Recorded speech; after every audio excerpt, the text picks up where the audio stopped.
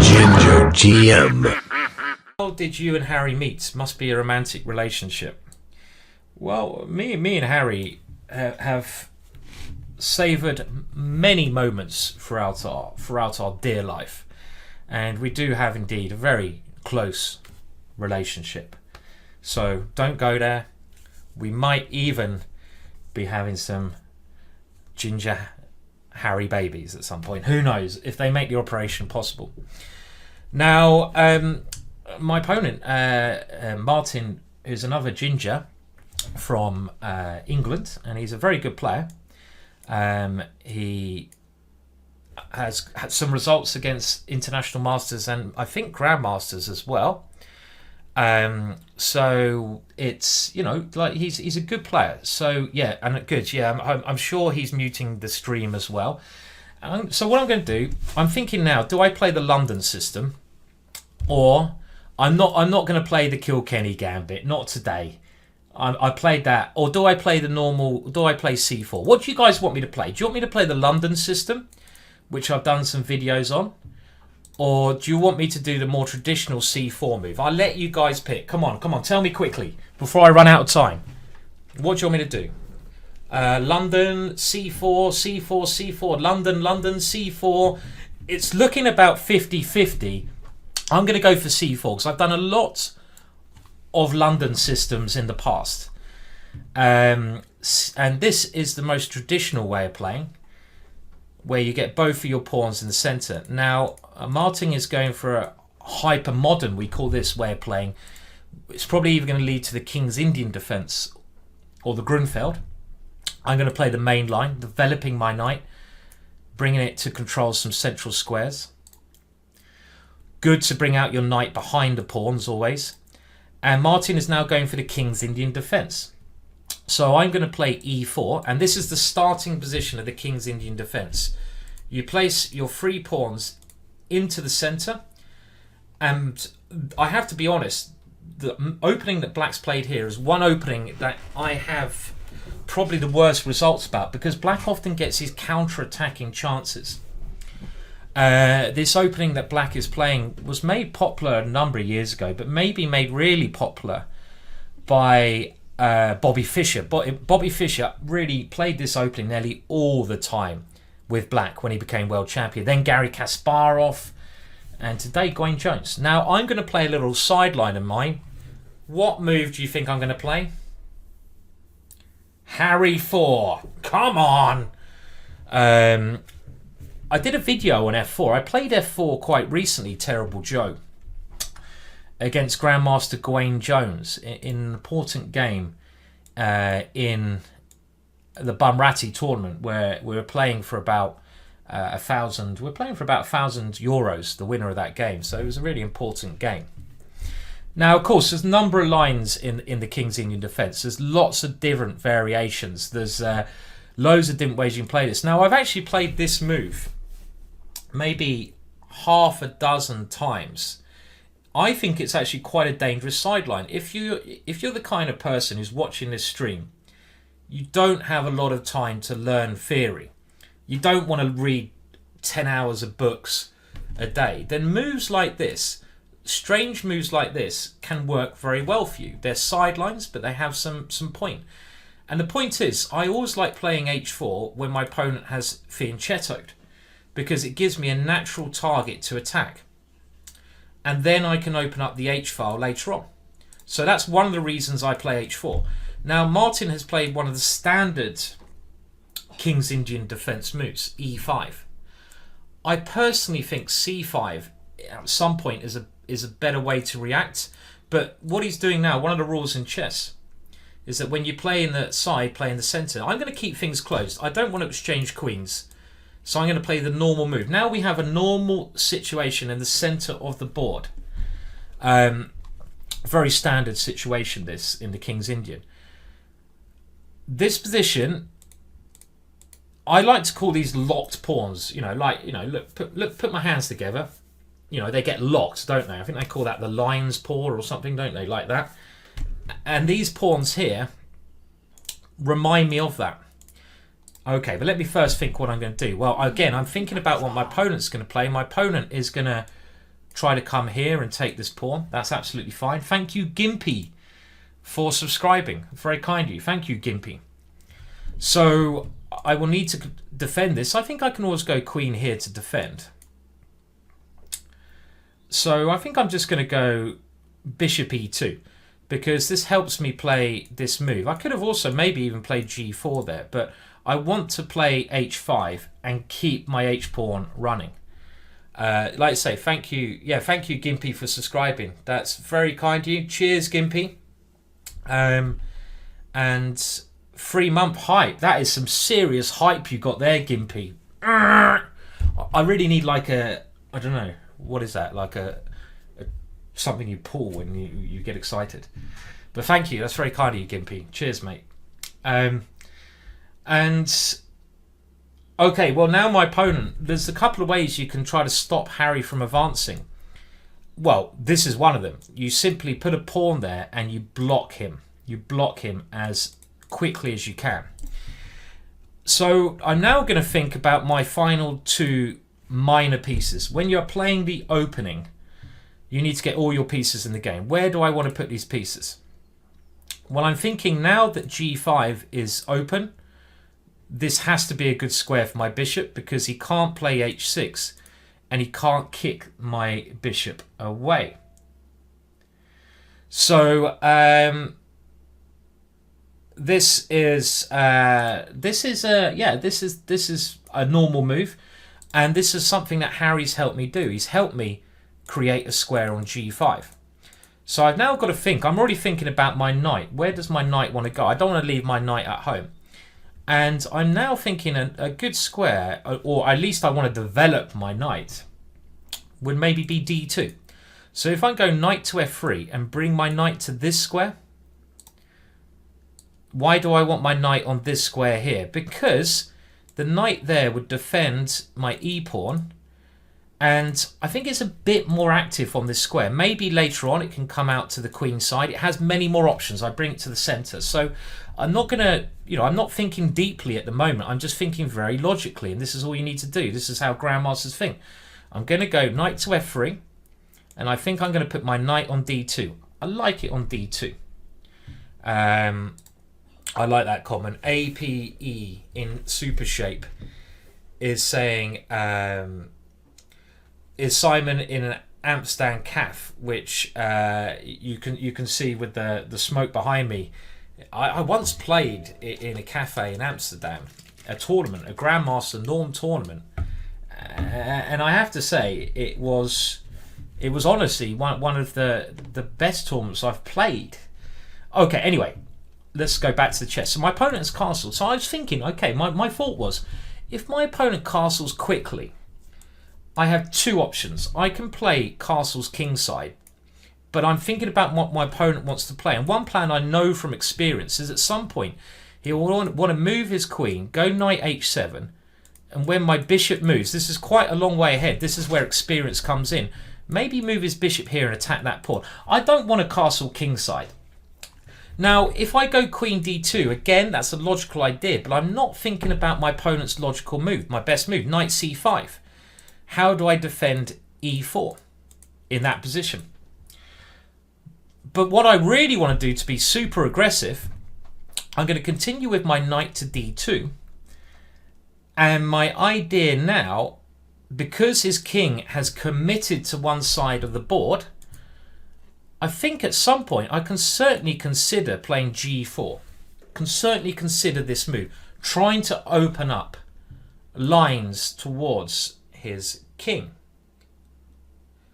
So that's one idea, but let's just calculate. So knight c5, g4 might not be playable there because he has a lot of pieces defending that square.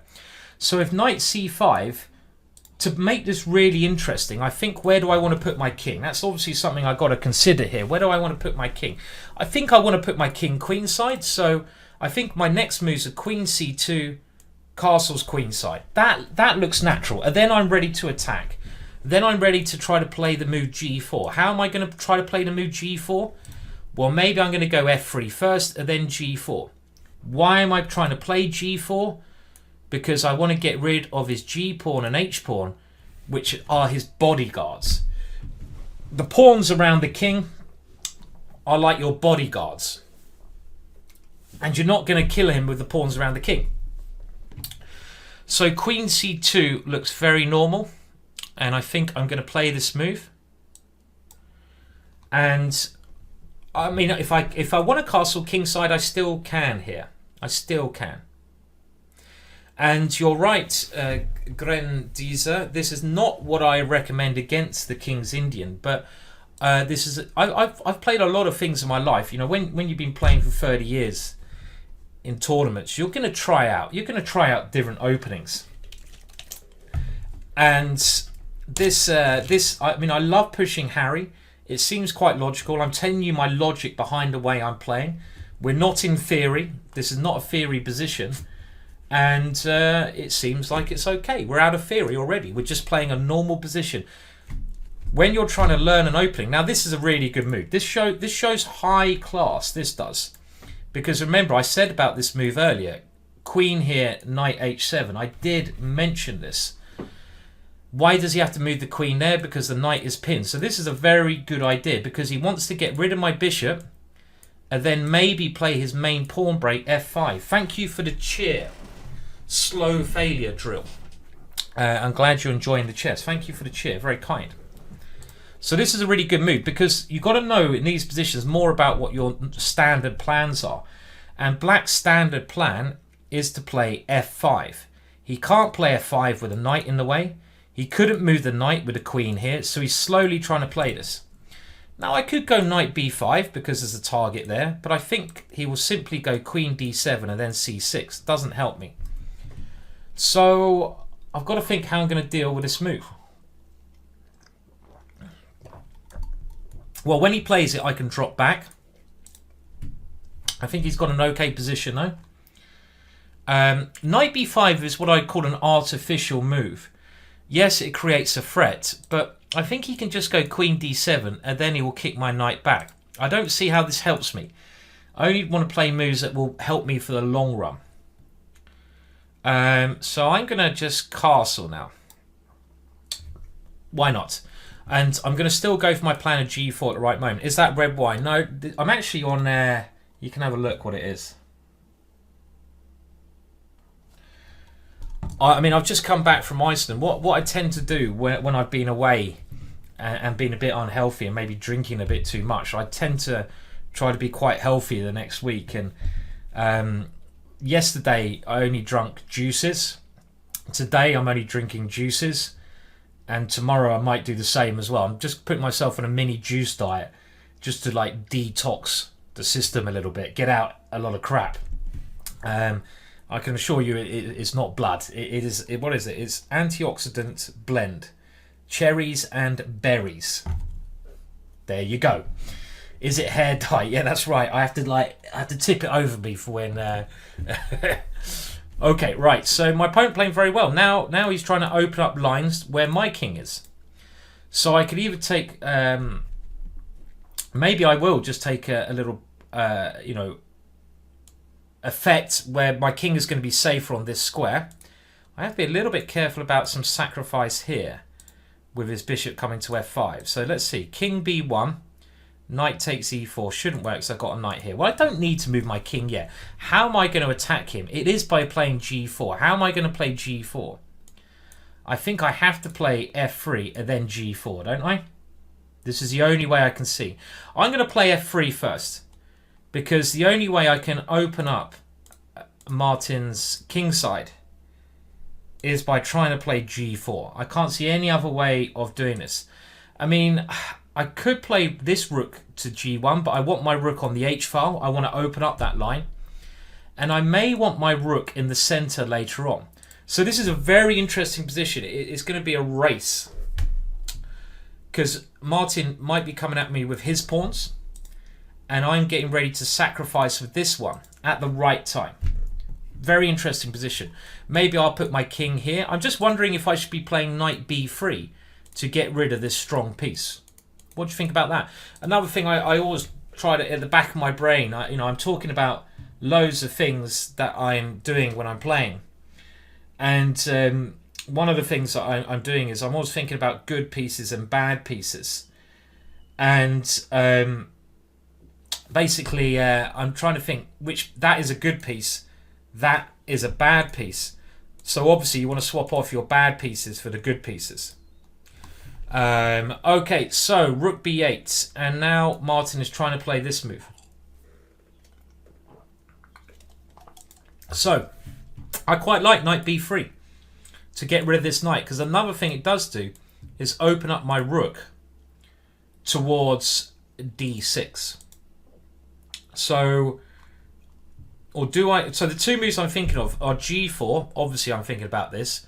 But if he takes it, do I have a good continuation? h5. He might take that one. I need to get rid of the knight. I think I want to get rid of his strong knight here. This is a good knight. So I'm going to play knight b3 because I'm exchanging off one of my bad pieces for his only really good developed piece. That knight can be very dangerous later on. So why not exchange off his dangerous knight? Let's do it.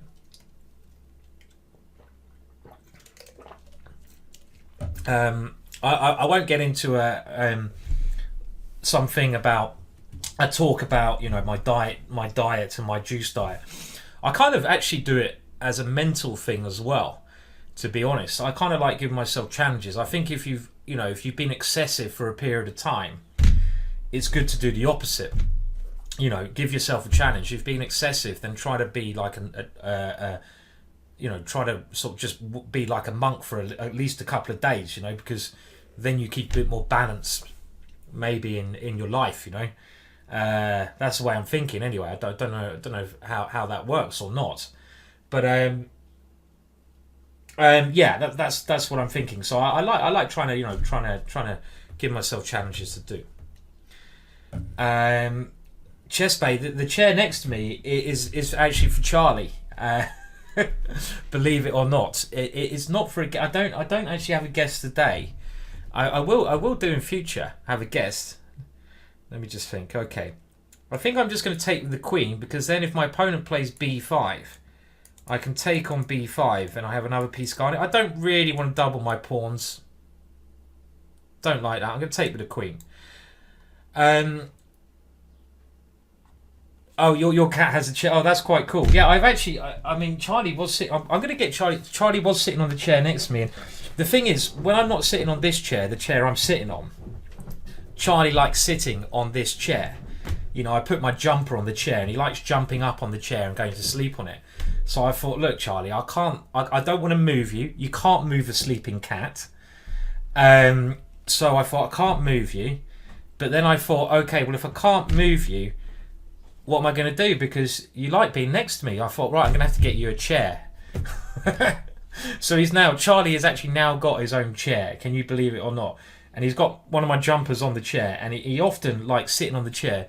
He did it one time when I was streaming, and he was watching the stream on the chair. He was sitting there.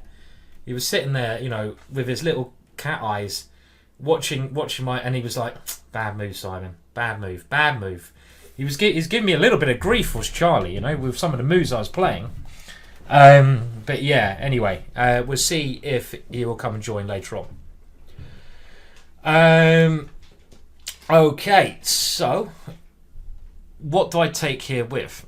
Now, I'm also thinking, do I have time to take this one and put my knight on that lovely square? Well, the problem is, if I go bishop takes knight, he will go pawn takes pawn. How does that look? I don't know. Very interesting. I mean, the normal way to recapture is always with the c pawn. This is normal. Can he then play b5? Then I go bishop takes b5. Bishop b7 I can take. So I think this is okay. I mean, I can also go knight takes. But I don't want to help him move this knight, maybe. So knight takes, take here. It's okay. I quite like my knight. I think I want my knight coming to b5. So I'm going to take this way. And then try to get my knight onto this square. Play it a bit more positional. The game has gone a little bit more positional now. So, yes, a bit more positional. And, okay, I think Charlie, I'm just looking over and he's fast asleep on the bed. I have this like little office here and there's a bed over there. In England, we don't get much room in our houses, and he's chilling very comfortably. And again, you shouldn't wake up a sleeping cat. Okay, so Martyn is now trying to play b5 when he will get an attack. The one thing about these positions which is quite interesting is that often, even though black tries to attack on the queen side, often white gets the attack on the queen side. And now I'm thinking a very good move could be queen b6. Boom. I'm just talking out loud. Why? Because like that puzzle I showed you earlier, I'm stopping b5. And also my queen is attacking 2 pawns and my queen is very active. So you know what? I'm going to move my queen in there. I'm going to move it in. If I can win that pawn, I'll be very happy. Just looking at the chat, do I like the Berlin, or everyone who knows me will know my opinion about the Berlin opening. It's probably about the same I have for this drink I'm drinking, you know. So, did you say a good thing to do is I say this so wrong. Sorry, Kokorev. Is that right? Kokorev is saying it's maybe harder to give up sugar. Yeah, I mean, I think I'd find that quite easy. Maybe, you know, artificial sugar. I'm sure you're talking about. I mean, you get sugar from. Do you mean because you get sugar from fruits, don't you, as well? But artificial sugar could be interesting. Yeah, maybe. Okay, right. So now I'm a little bit short of time, so I'm gonna have to move a bit quicker. Now I don't really want to take a pawn because it will give him some attack on the A file. My plan is to dominate the queen side.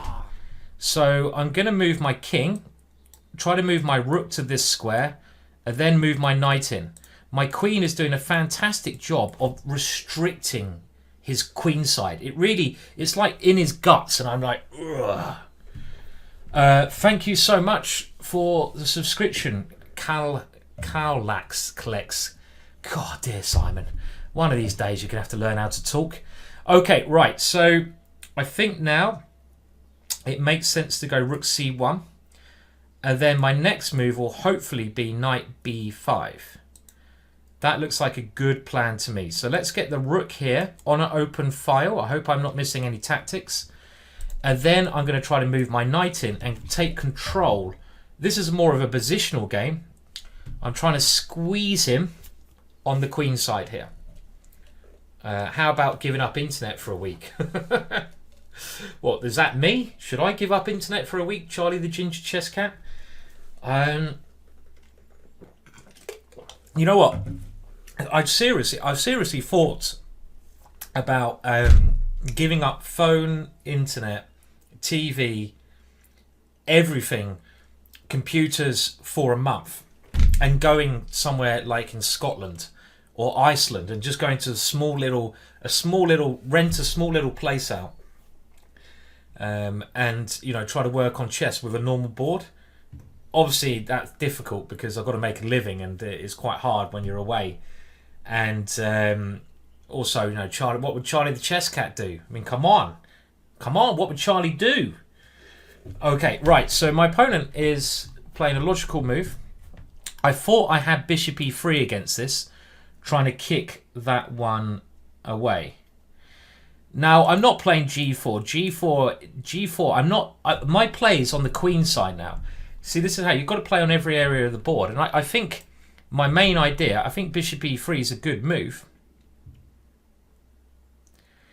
I'm just wondering if my queen is ever in danger. I don't think so. I mean, I will take that rook if I get a chance.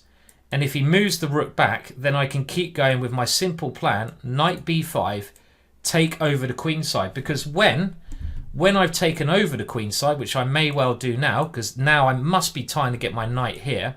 I mean, do I grab a pawn? I bet you the computer would grab this pawn, but I think that's I don't want to do that. It's a very computer move. The other move I can do, because if I go knight b5, he's allowed to swap off his bad bishop. Do I want to allow that? That's a bad bishop. It's not doing anything. for my quite good knight. So do I go bishop here first? With the idea, if bishop takes and I keep my good knight, then that might be even better. So one of my pieces is coming to this square. Which piece? If I move the knight there, bishop takes, knight d7. Well, I still like my position both ways, but maybe bishop d7 is going for more. Bishop b5 even. Which one do you guys like?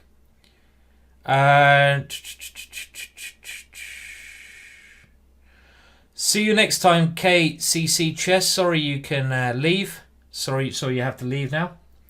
I'm just thinking, knight b5 is the simpler way to play. Bishop b5 is going for more. I don't know. Bishop g5 is obviously a draw because he comes back. I like simple is good. If there's nothing wrong with simple, I'll play simple. Because this pawn I will take later on. I'm going to keep it simple because you know why I'm keeping it simple? I have a rule. And the rule is, you know, every grandmaster has to be able to play good positional chess. You know, it depends how the opening goes. I prefer attacking crazy chess, but I've got, you know, as Bobby Fischer said, you've got to play the best moves. Simple. And the way the game has gone, it's been a more positional game because they are the best moves in the position.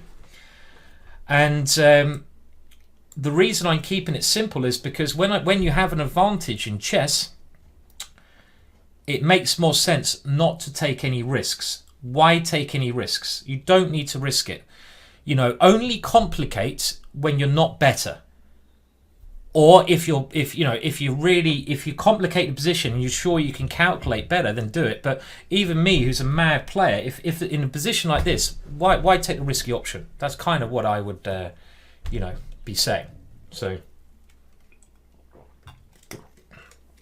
okay, let's have a look.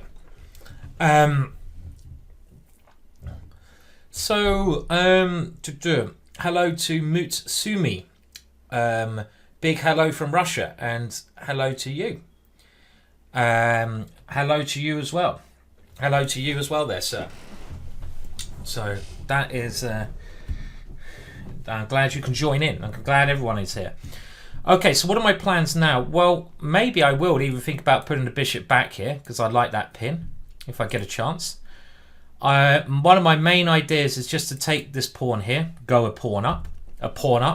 Now my king should be very safe because I swapped off more pieces, meaning that if my opponent tries to attack me on the A file, if I win that pawn, his chances of having a successful attack are much lower because there's less pieces on the board.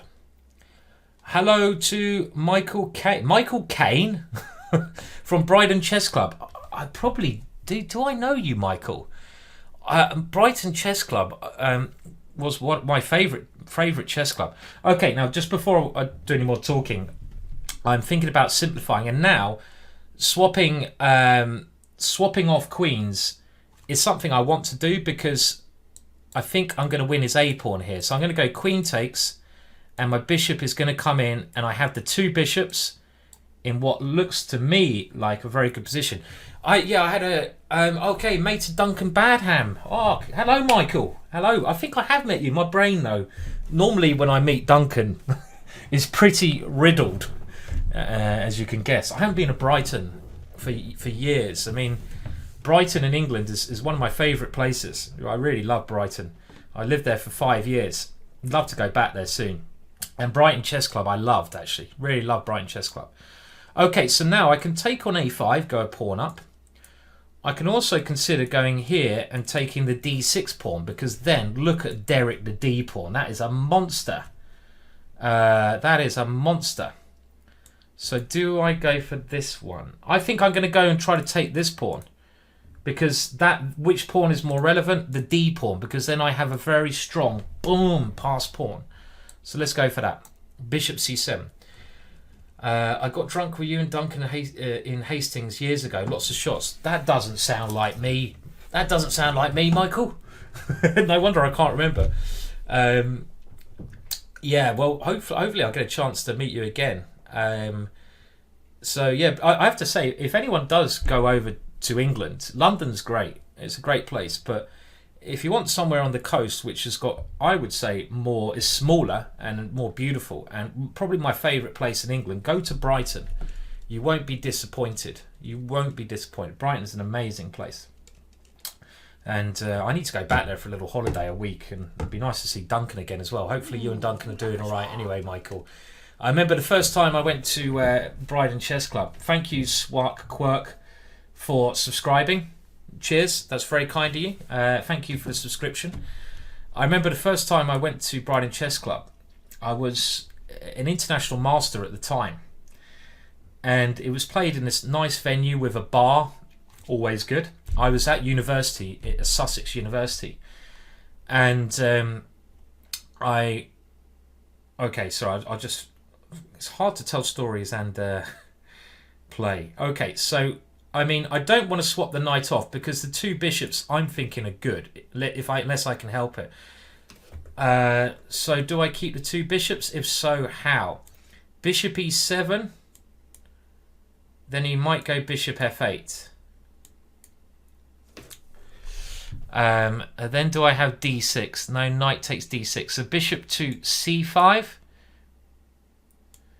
Or bishop to a3. Bishop a3, bishop f8, d6. Let's do that. I like that. I'm always trying to check his moves. His pieces are very passive.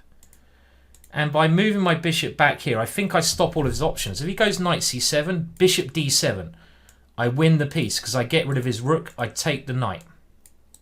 If he goes bishop f8, I go d6, d7. And this is my simple plan. Just queen to d pawn. My bishops are very good now. Yeah, I remember this story. So I went to Brighton Chess Club. I was an international master at the time, and it was a lovely chess club. And I walked in there. No one knew me, and there was about 10 people playing chess. And I walked in, and I didn't let anyone know who I was. And someone said, "Do you want a game?" And I said, "Yeah, sure. I'd love to have a game." And I played them, and I won. And they said, "Oh, you played really well." And they said, "Do you have a rating?" I was like, "Yeah, I have a rating." And I go, "Okay, do you want another game?" And then I ended up winning 3-4 games in a row. And I eventually played this guy, Duncan Badham. Great name. And we had a really... by the way, while I'm talking, I'm just continuing with my plan. This pawn now is going to become Derelina. Derek the D pawn becomes a queen. Derek Lena.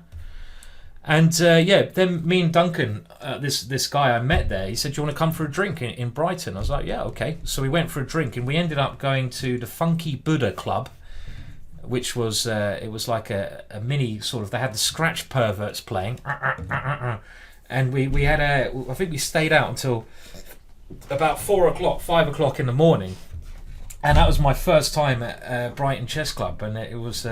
Not your normal chess night, but it was a long time ago, I don't know, 10 years ago. Dyslexia, the D pawn, yeah. Well, I basically, do you remember Sue Chadwick? I remember Sue, yeah, I remember Sue.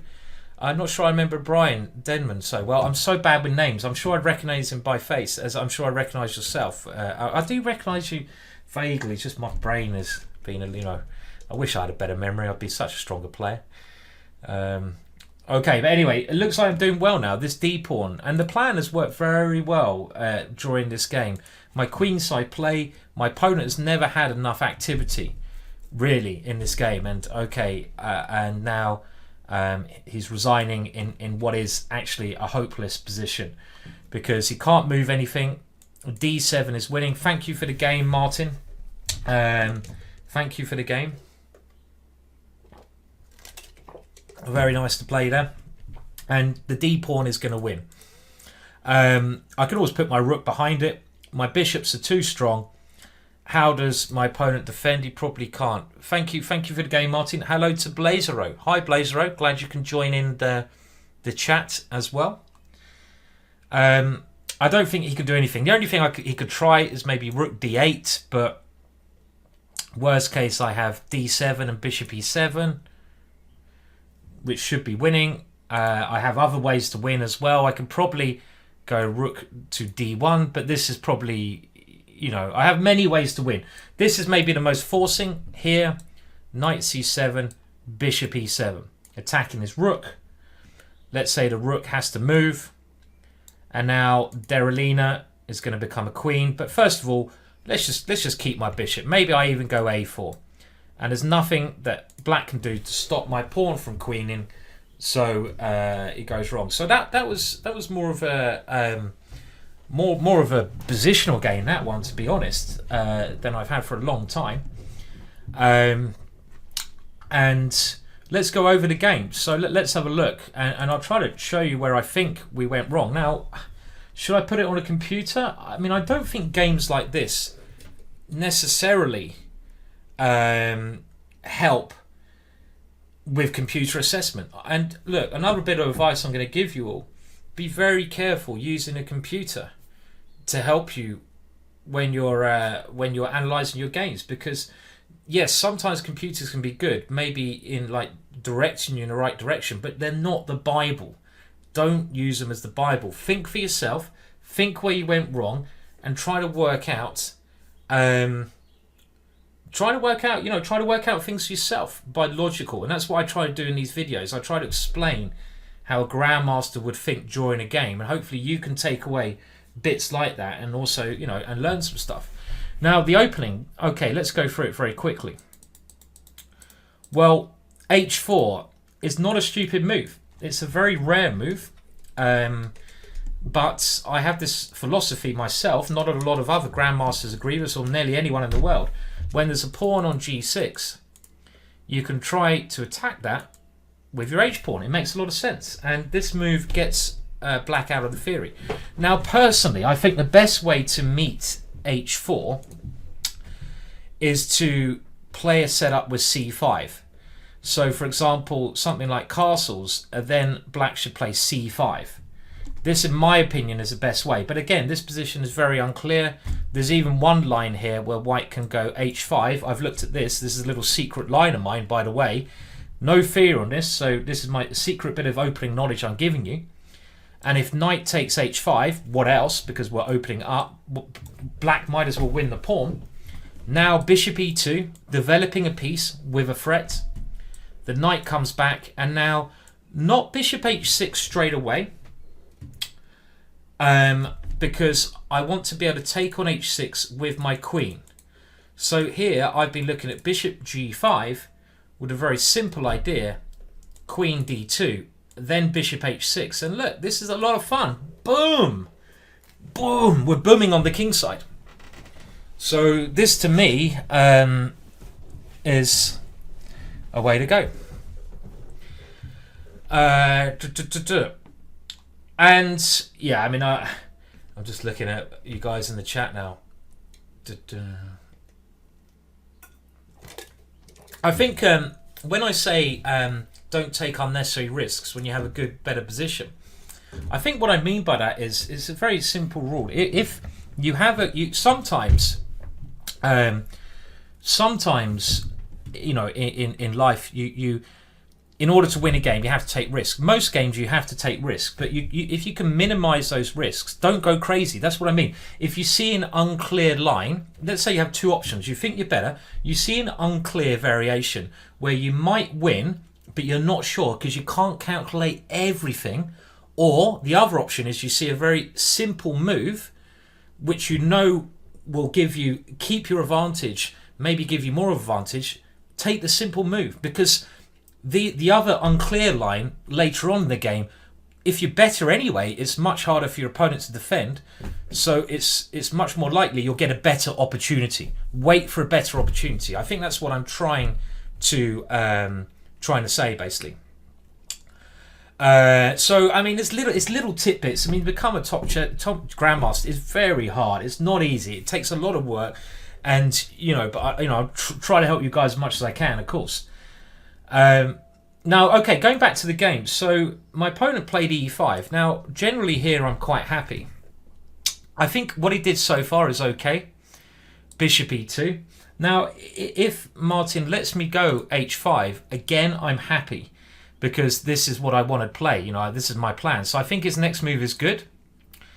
And now I just need to develop all my pieces. So my bishop is certainly best here. And my knight, like I said, I was trying to think where to put it. D2 looked natural, so all the next moves I think are very normal. And Martyn puts his knight on a good square. This is all very normal. Queen C2. And here, I actually like Martyn's next move, so I'm not going to criticise it. Queen E8, castles. But maybe here, maybe even C6 looked normal. But maybe Martyn should have now stuck with what I imagine his original plan is. Get rid of this bishop. Get rid of this bishop. Because in the King's Indian defence, you can't normally play without F5. So maybe knight H7, attacking the bishop. I don't really want to lose this bishop. I've had positions where I've let my opponent take that bishop. And that might look like the right thing to do. But the more you understand about these positions, you'll realise that you need to keep this bishop in most structures.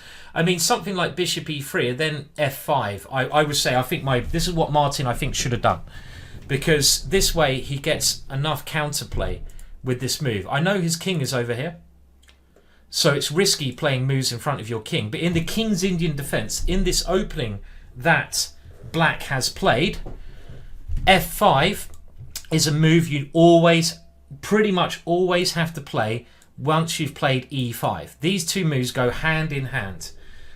So I think this is what Martyn should have done. And the way the game went, it was actually pretty positionally simple in some ways. Okay, now, this is very important. This knight, imagine that knight was still back on this square here. Then I think black is even better in this position. The way that I've managed to swap off this knight on a very bad square with black's only active piece certainly helps my position. Swapping off this piece for this piece. And I think after this exchange I'm doing very well, actually.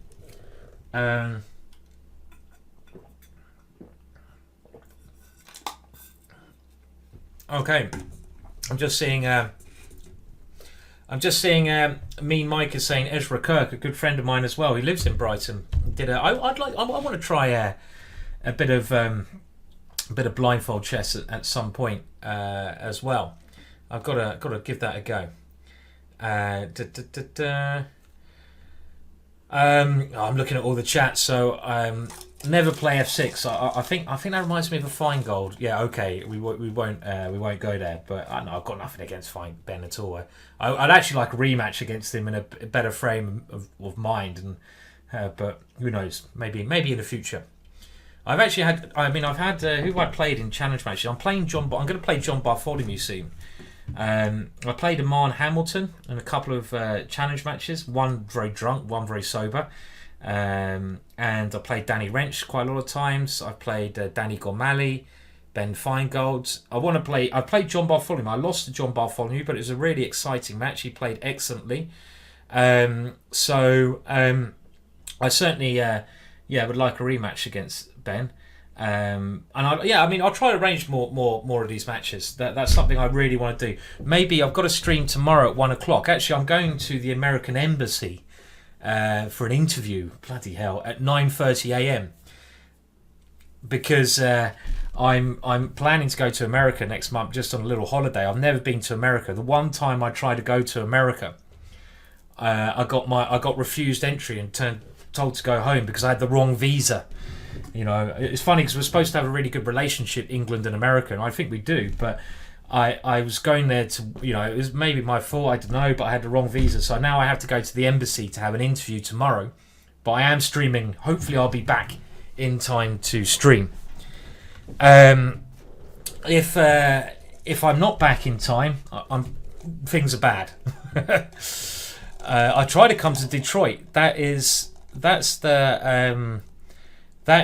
basically the Detroit's the one airport I got turned away from, Lord Calcifer. I got to Detroit. That's where they turned me away from. I'd love to go to Detroit, but I didn't actually manage to get there. I'll try to play some more of these. We need more rivals matches, definitely. We'd do that one. We'll definitely get more in. The one against Oman was great. I just need to arrange some more. I love Budapest as well. Guven Kurtz. I've been to Budapest many times. Beautiful, beautiful city. Love it. Buda and Pest.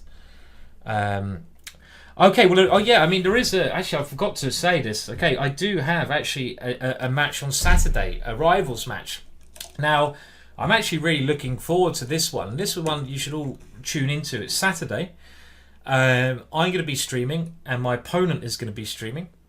Now, my opponent is Chess Patzer UK. Now, he has his own Twitch channel. He's a really entertaining Twitcher. I think his rating is only about 1800, 1900. But we're going to have a match where every time someone wins a game, they lose a minute. So it's going to be very exciting. So I could be playing 1 minute against his 5 and trying to win. You can watch it from either end. So it's nice also, I think, to see a Grandmaster playing a low-rated player. I'm not good at 1 minute chess. No. But who knows?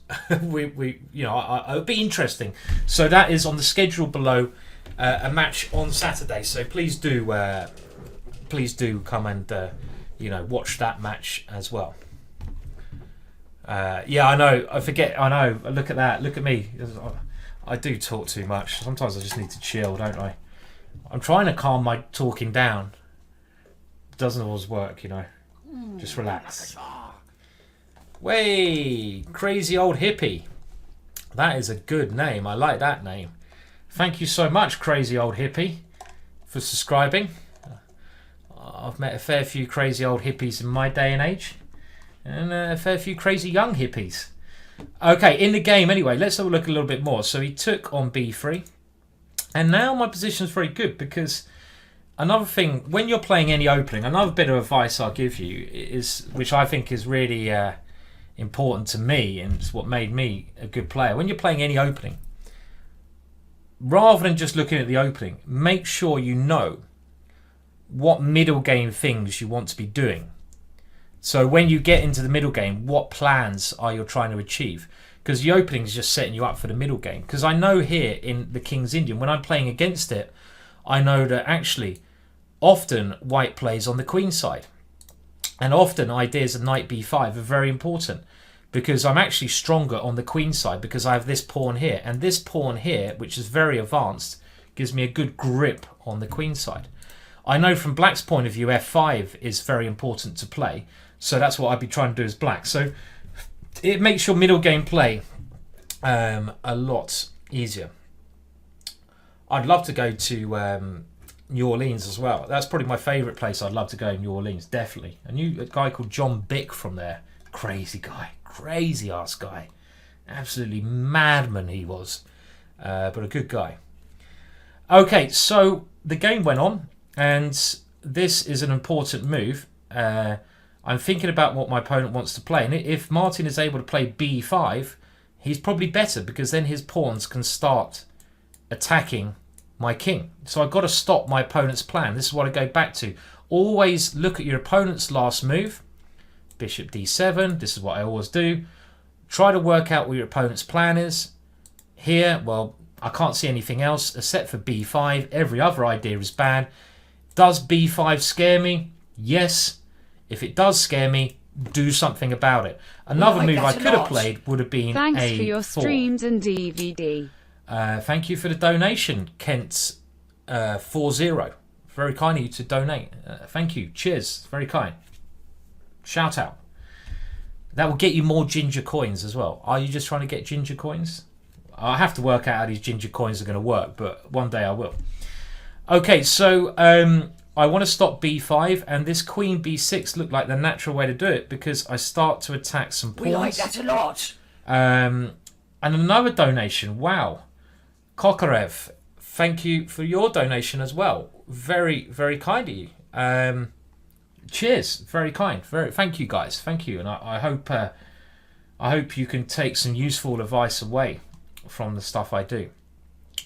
Well, I think if I take d6, things are bad. So queen to e7. And now I don't need to rush. I want to have the open file for my rook. I was making sure my opponent can never get rid of my queen. The only way he'd be able to do that is by going knight d7 to attack it. This is what I was thinking. But his queen is walking into a pin, so he can't move his knight. He can't move many pieces, meaning I have time to maneuver. Mean Mike is saying, can I play H5, G4? Well, I could do Mean Mike, but the thing is, I'm now kind of transfixed. I mean, this is where I did that thing about simple play, King B1, Rook C1, Knight B5 is going to give me a very nice advantage with no risk. I don't risk my position. Playing G4 is a move that might be okay, but it's risky, and you should only risk when you're in a worse position, really. Something like pawn takes H5, G4, H5. Maybe I could do this, but I mean, without my queen being over on this area of the board, am I going to checkmate him? I'm not sure. I mean, it might be strong, but it might also, I might just be a pawn down as well. So this is what I'm saying. I mean, maybe, in my younger years I'd have played like this when I was an IM, but maybe the difference between me becoming a GM was that, I noticed moments where you shouldn't take risks like this and when you should take risks, and this is a skill. It's certainly a good idea. I mean, I think it's a normal idea. If my queen was on e3, I'd like it because I'd be attacking here. But I saw this plan, and look at the way the game went. My opponent couldn't get any play, and he's done nothing wrong in this position. And I think he's in a lot of trouble here. I think he's in loads of trouble because he's going to lose a pawn somewhere, and this is no risk. So maybe the idea was good, Mean Mike. I mean, maybe. I mean, it's something I think might have been okay. It would have been a very interesting attack, but I bet you the computer wouldn't agree with it. It doesn't matter what the computer thinks always. Maybe for a blitz game I would have played it, but not in a longer play game or a serious game. Blaze Rose saying, Simon, if you go to the US, I imagine Ben would put you up. No. Well, in all fairness, Ben, I think, did actually offer to invite me to his club after the Rivals match. I think a lot of it on his side was talk, and I mean, I don't know. I mean, I haven't been to America, so I don't know where I should go. I mean, we're planning to go to Seattle actually, as one of our places around Seattle, that area. So that's our main place, which we're aiming to go. I don't know. I know that apparently the biggest bookshop in the world is in Seattle.